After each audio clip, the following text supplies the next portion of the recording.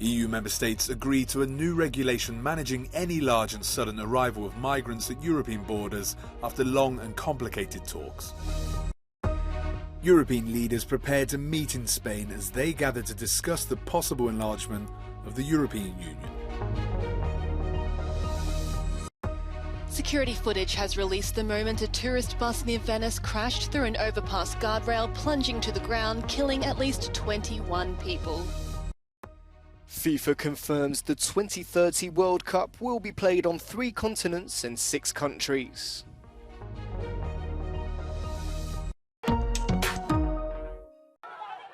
More solidarity to address migration crises in the EU. Member states agreed on Wednesday to a new regulation managing any large and sudden arrival of migrants at European borders after long and complicated talks among EU ambassadors. The so-called crisis regulation, as it's being called, will allow frontline member states to fast-track asylum procedures when there are too many irregular border crossings, but also to share the burden of reception with other EU countries. The final details of the law will now be negotiated with the European Parliament.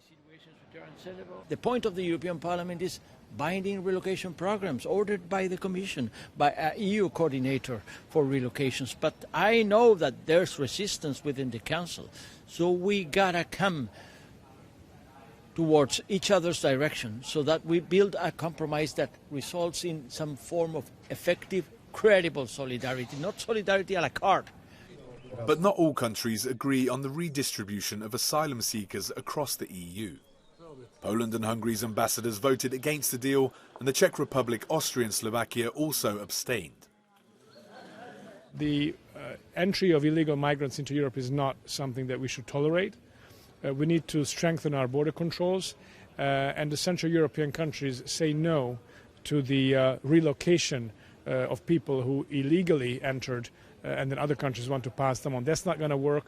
It hasn't worked, and it's not going to work in the future either. The crisis regulation was the last part of a larger migration deal to be agreed among EU countries. Now both member states and the European Parliament hope to finalise the reforms by the end of the year.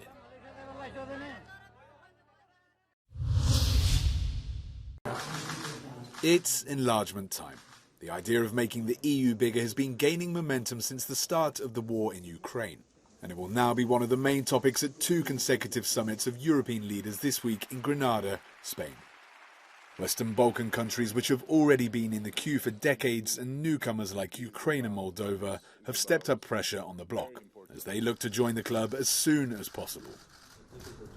But before the EU grows from being a 27-member union to more than 30, nearly everyone agrees that some things have to change.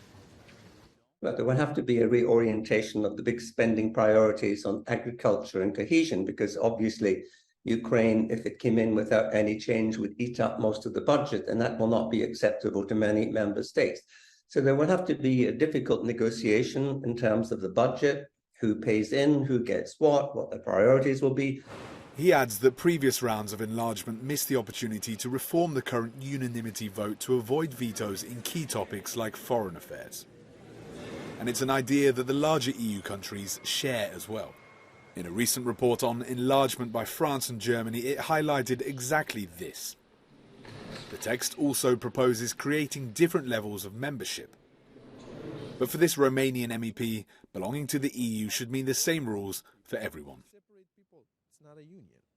We need to be very careful in not having second-hand countries within the European Union, because I heard a lot of talk here in Brussels as well about the idea of having, I don't know, first-grade countries, maybe the old countries, and then newer countries to be like second-hand countries, and it's a very bad thing and it's a very bad idea. Whatever the outcome in Granada, EU accession is a long and tedious process.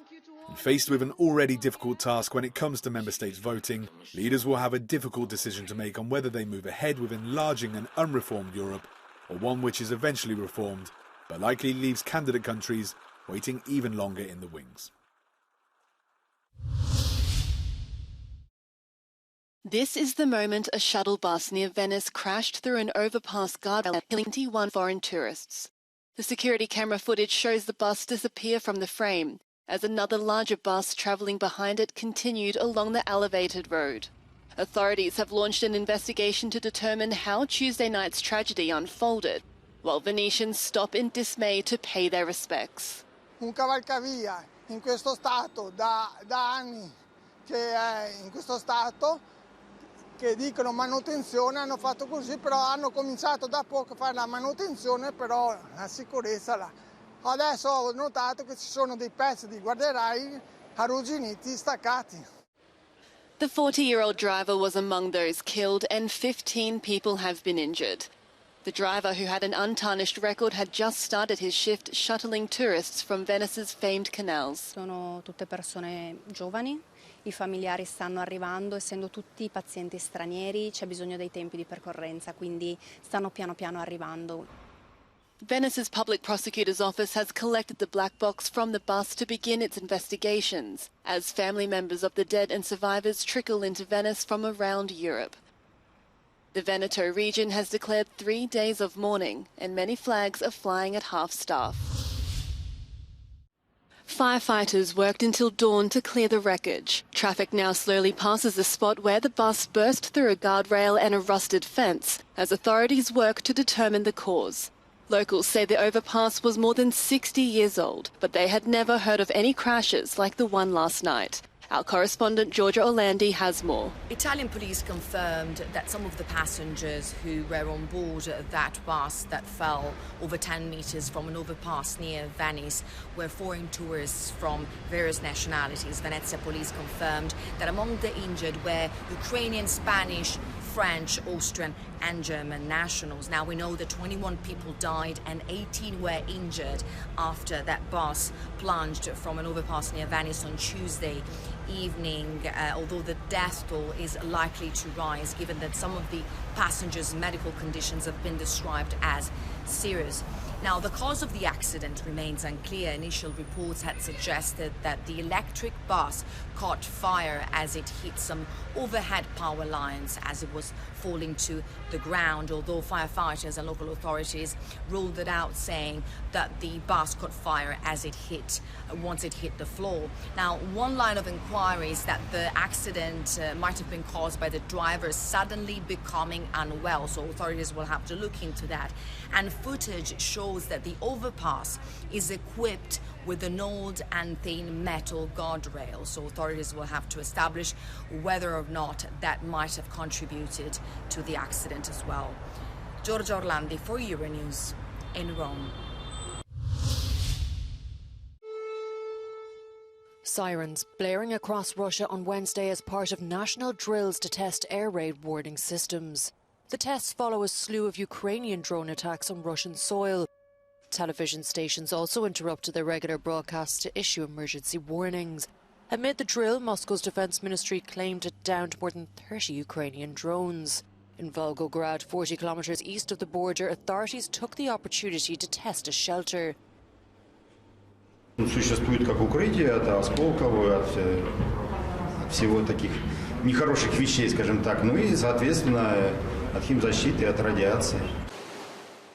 Meanwhile, Kyiv says it has destroyed an anti-aircraft defence system in the Russian city of Belgorod.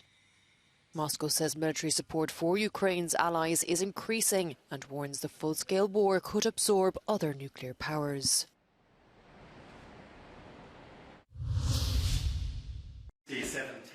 Nobel Prizes are awarded to those who in the previous year have conferred the greatest benefit to humanity. On Wednesday, Mongi Bowendi, Louis E. Brass and Alexei Ekimov received the Nobel Prize in Chemistry for their work on tiny quantum dots. The technology is already used in medicine, but could one day contribute to flexible electronics and thinner solar cells. Today we see commercial applications, for example, in TV screens, where quantum dots are used to produce the RGB colors that make up every pixel. We see them in illumination sources, where the LED light, the blue LED light, gets converted into a light that is perceived as pleasant by humans. It's also used widely in biomedical imaging, in this particular example, to visualize the vascular system of a tumor.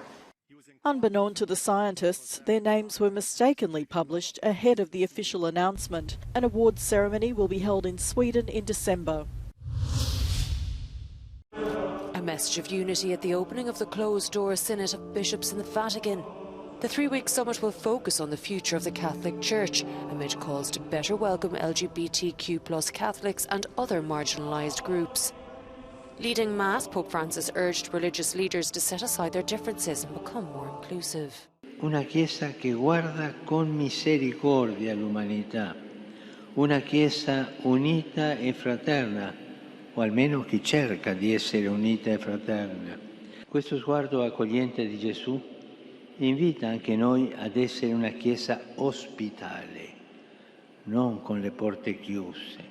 La Chiesa delle porte aperte a tutti, tutti, tutti. The Synod will not make any binding decisions, but has highlighted the Church's left-right divide and marks a defining moment for the Pontiff amid his calls for reform. This after the Pope published a letter calling for more action against climate change and for lawmakers at COP28 in November to make efficient energy transition policies. Former US President Donald Trump is having a difficult week. While he's defending his business empire in court, he's suffered another blow by being dropped from the Forbes 400 list of the richest Americans. Trump's net worth has tumbled by 19% or $600 million to an estimated $2.6 billion total. That leaves him $300 million short of the Forbes cut-off. The drop was driven by both his social media platform and office buildings having lost value. It's said Trump has long been obsessed with the annual rankings.